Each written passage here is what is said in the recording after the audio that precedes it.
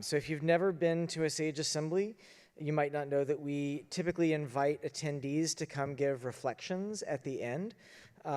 We try to get that to be a mix of people who've been here before and people who haven't been here before. And I get the pleasure of giving the first one.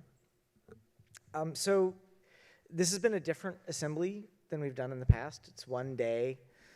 We didn't send you out into the city on a wild goose chase like we usually do. But I felt like it was a really powerful day, and it was a cohesive day. And in particular, I liked the sort of the way it ended, because I read a lot of science fiction. It's, you know, it's not how I met Corey, but it's how I've known his work over the years.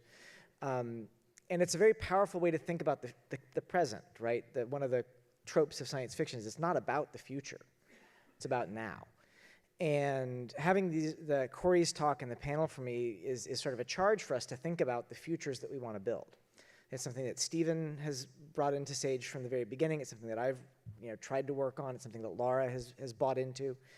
Because in order to be a nonprofit that's mission driven, you have to have a vision of the world you want to create, of the change that you want to get towards. And so thinking the way that with both the brutal truth and honesty of the way that Corey asked us to think about politics, but also with this imagining different futures and thinking backwards from those futures and saying, do we have data that tells us if we're on a path that we're on or not, I think is very important. And it's something that I'm going to take away from this today. The other big thing for me to take away is really from the morning session that open science isn't what we thought it was going to be maybe 10, 15 years ago.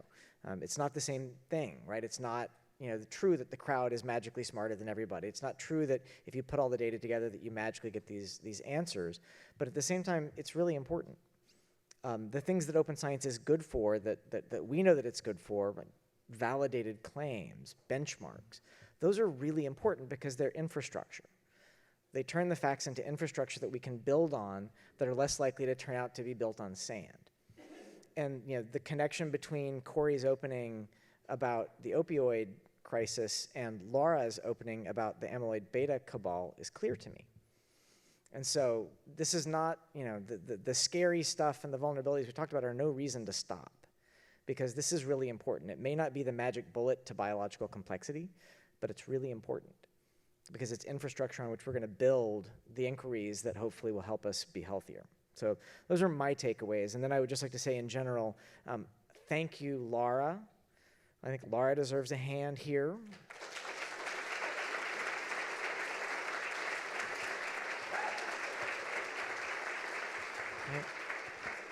Thank you to all of our moderators, Aaron and Aaron, Diane Gary, David, everyone who put this together. This takes an enormous amount of work and we don't get funding for it. This is something we do because we think it's important. We often will get small donations for it, but this is something that SAGE does because it's important to SAGE.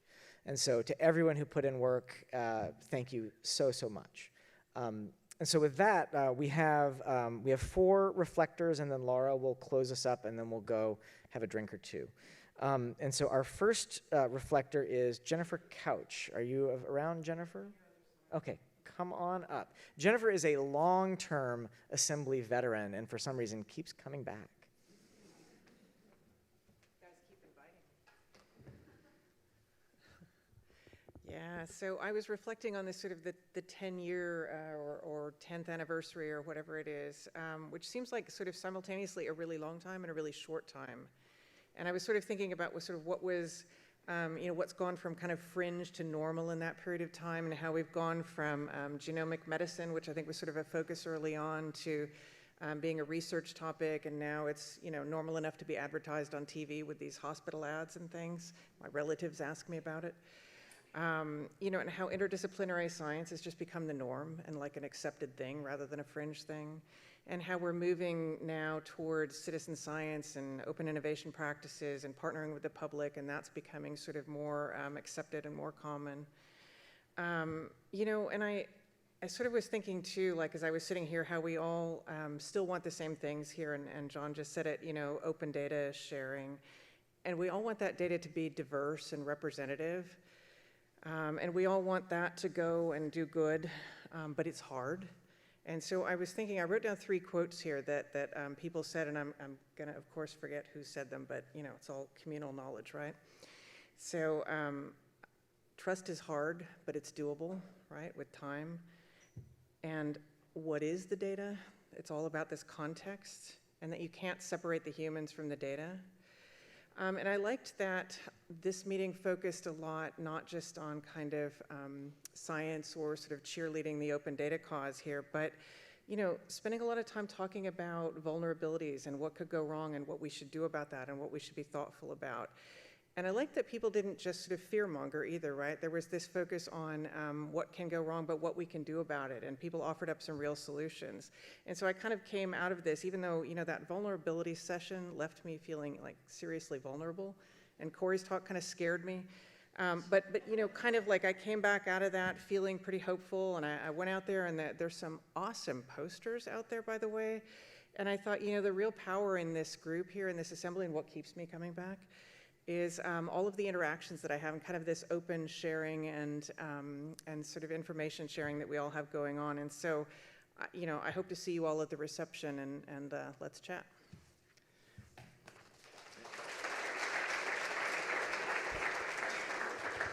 So Jennifer mentioned the posters out there. Those are from our young investigators. And so I'd like to, this is a tradition at the Assembly also, which is to try to bring in people who apply through the internet to be young investigators and to come experience the Assembly, get to know us a little bit. And so I'd like to call up my neighbor from lunch today, Mike Fire.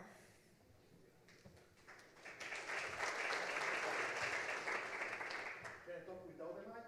It's better for the live stream. Okay. My students watching it from Israel, so okay, I'm a little excited. So first of all, I have the amazing day today. I laughed, I cried. So this is my first time here in Sage. I lived like in Washington 3 years, and I didn't hear about Sage until this year when I moved to Israel. So it's a little funny. So it's an amazing event. Thank you for having me. Wow, really excited. So I'm an early career researcher. Finally, after 10 years of in academia, I have my own lab. And when I have my own lab, I need to decide the DNA of my lab. And I decided to make it open code, open source, open everything. And I have the problem. My students ask me why we need to open our data, why we need to focus on open our code.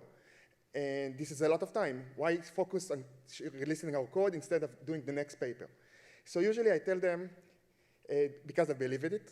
And the second thing is, if you open your code, you get more citation. If you get more citation, you get a scholarship. If you get a scholarship, I don't need to pay for you. But if I look to the left and to the right of my colleagues, none of them, or most of them, don't do open data, open code. And this usually makes me feel a little alone. But after this event, I can see, and my students also watching this event live until a couple of hours ago, that we are not alone, and other people care about open science and open data. So thank you for making me not feeling alone anymore.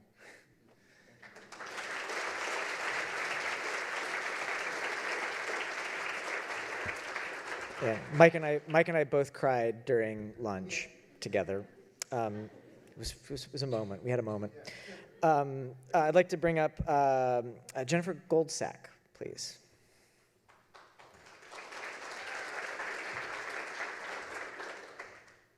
So I'm Jen Goldsack from the Digital Medicine Society, and this was my first assembly. And I want to start by saying thank you. Thank you for making me feel welcome as a person. I loved that we opened with a code of conduct. That really just set the tone for me for the whole day. Thank you for making me feel welcome as a scientist, and also welcome to be curious. Today, it really... I was reminded and learnt more about the importance of language, that the language you use when we communicate infers meaning, and we need to take that seriously and be mindful of it. And most importantly, that it's that language that allows us to collaborate, whether we can collaborate across different stakeholder groups, so scientists, policymakers, patients, citizen scientists, and also across different disciplines and branches of science. I think that throughout today, I've focused on how important that collaboration is and that communication. And that collaboration should all be driving at this, this future that we're all striving towards, where there's trust in science, trust in the process, trust in the way we respect participants in science, and also that we can trust the outcomes will actually have impact in the way that we want them to. So this was a tremendous experience, and in 10 years, I'll be the 10-year veteran too.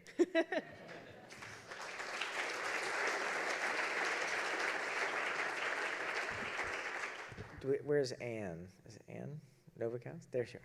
So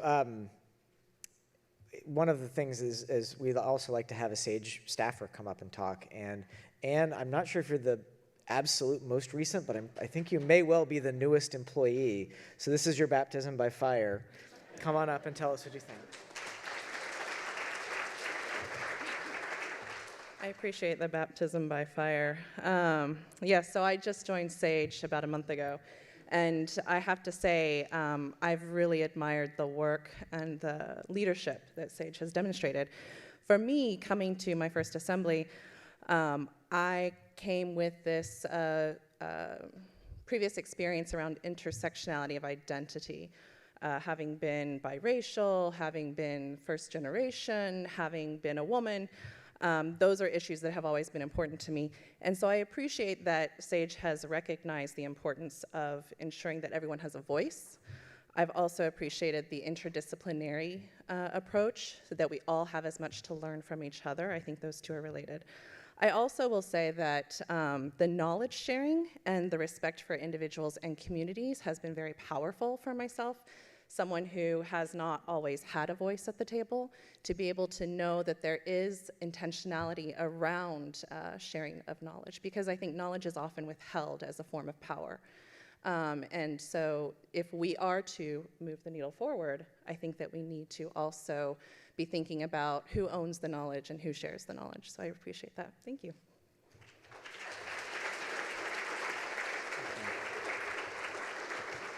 Maybe let's give a hand and welcome Lara, our president, to the stage.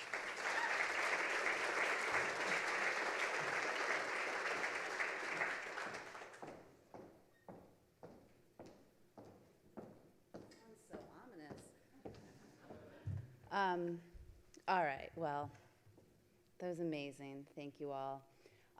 I'd like to echo John's remarks about the young investigators. I heard several times on the stage today discussion about the youth and this concept that how the world we grow up in differs based on when we grow up. And with great hope that those who are making their way in the world that has been created over the last 10 years will take it forward in ways we would never have thought of.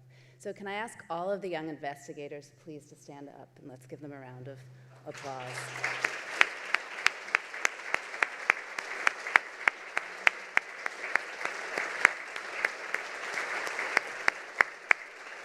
Thank you. So, as everybody in this room should know by now, SAGE is 10, and we've had 9 events over those last decade. And for those of you who don't know the history, when the events started, they were called congresses, and their goal was very much to convene the community, the research community that SAGE was planning to serve, to talk about that which the community needed, and to display the ideas that we had to make sure that we were well aligned, that we jived well, right, with the community's goals. And as SAGE grew, and as the movement grew, and as the research community grew, that particular kind of convening became less necessary. We were getting that information through many other streams, and so we took a pause of a year, thought about what we wanted the event to be, and then turned it into this, the Assembly, which, as I said this morning, is about a convening of diverse voices talking about topics relevant to all of them. And we've done that for 5 years. And as we've come to this point, we're recognizing that we're molting again, and that the convenings that we've been doing have been changing, and that many other convenings have been growing out outside of this, this assembly structure. And so we're going to take next year off, and we're going to come back in 2021, and maybe it'll be assembly, and maybe it'll be something else. But we're going to spend next year figuring out what the next round of this may be, and we will let you know all about it. Okay, so we're going to spend the evening together in celebration. This will be a casual celebration at the Center for Wooden Boats. I learned actually after we picked the Center of Wooden Boats from Sally that the first SAGE meeting was actually at the Center for Wooden Boats, not the assembly, but an internal meeting. So we have accidentally stumbled back to where we began. And so as we go into the evening, you know, there will be no fireworks, there will be no anniversary cake, really. We just want you to be able to have the time to mingle together. But I'd just like to say a couple of words about SAGE before we get started. And so to start that, I would say that in the last several years, I've traveled certainly a lot around the country and a little bit around the world, and I've met lots of people, and lots of people that know about SAGE. And an amazingly overrepresentative number of people who say, oh, I know Stephen, I was there at the beginning, I was part of the founding of SAGE. And you know, at first I thought, well, that's weird that everybody felt like they were a part of this, but then I realized actually they were. It was a real barn raising, it was a convening, and it came out of community. And it was that ability to convene and the vision around it, coupled with the urgency and determination of Stephen that has made this able to exist today. So thank you, Stephen.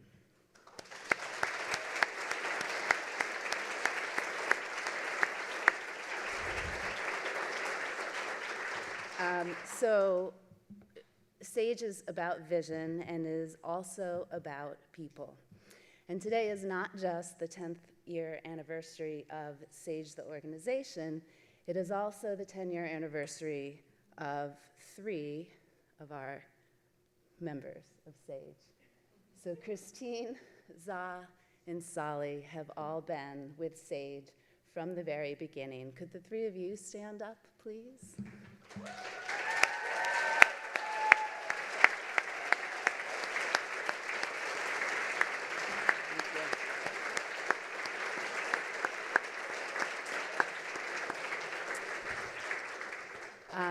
You can sit down, although be warned, I'm going to make you stand up again. So the last couple of years at SAGE, we've seen an amazing growth. We've seen an amazing number of people who have come to work at SAGE, and we've seen a shockingly small amount of turnover of people leaving, right? And I have my own ideas of why that may be. I see us as a very values-driven organization that give people a place to do work that they find meaning from. But of course, that is just my opinion. And we have gone around to actually ask those that make up those statistics why it is that they have come to work and stayed at SAGE. And so we're going to do a little SAGE exercise. So everybody who works at SAGE, get ready. I'd like those first 3 people to please stand again. And I'm going to ask everybody else at SAGE to stand up in the order that you came to SAGE. You don't have to know that. We will have visuals to guide you. The next person who came to SAGE after these 3 is Justin. So Justin, could you stand? And then if I can get this to work, and this is the part with audio, we will combine those 2 contexts together. Up, back. Is there a video button? No.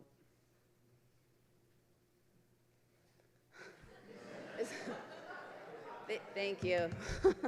Working in open science really gives me a sense of purpose. We lead by examples. No matter which disease area we are focused on, we are very focused on having open data sharing between researchers. We get to be intentional about creating the right solution, taking a broader perspective, thinking long-term. I see a lot of passion in a lot of the work that we're doing here at SAGE. And I think that really drives home this mission of we want to make science accessible. And it needs to not only be accessible to scientists, but it also needs to be accessible to the public as well. What I like about SAGE culture is that it's very intellectually honest. People will just tell you when they don't know something or when they do know something. And everyone is trusted to be an expert in their field and to contribute as an equal to the SAGE mission. They're always thinking about, like, what can we do next? Who can we partner with, and how can we help them? And what SAGE works on are not trivial problems. I love being able to contribute to moving some of these diseases forward and solutions for them. And that's what gets me up in the morning, is knowing that I work on something that really matters. Ladies and gentlemen, SAGE Bionetwork. Working-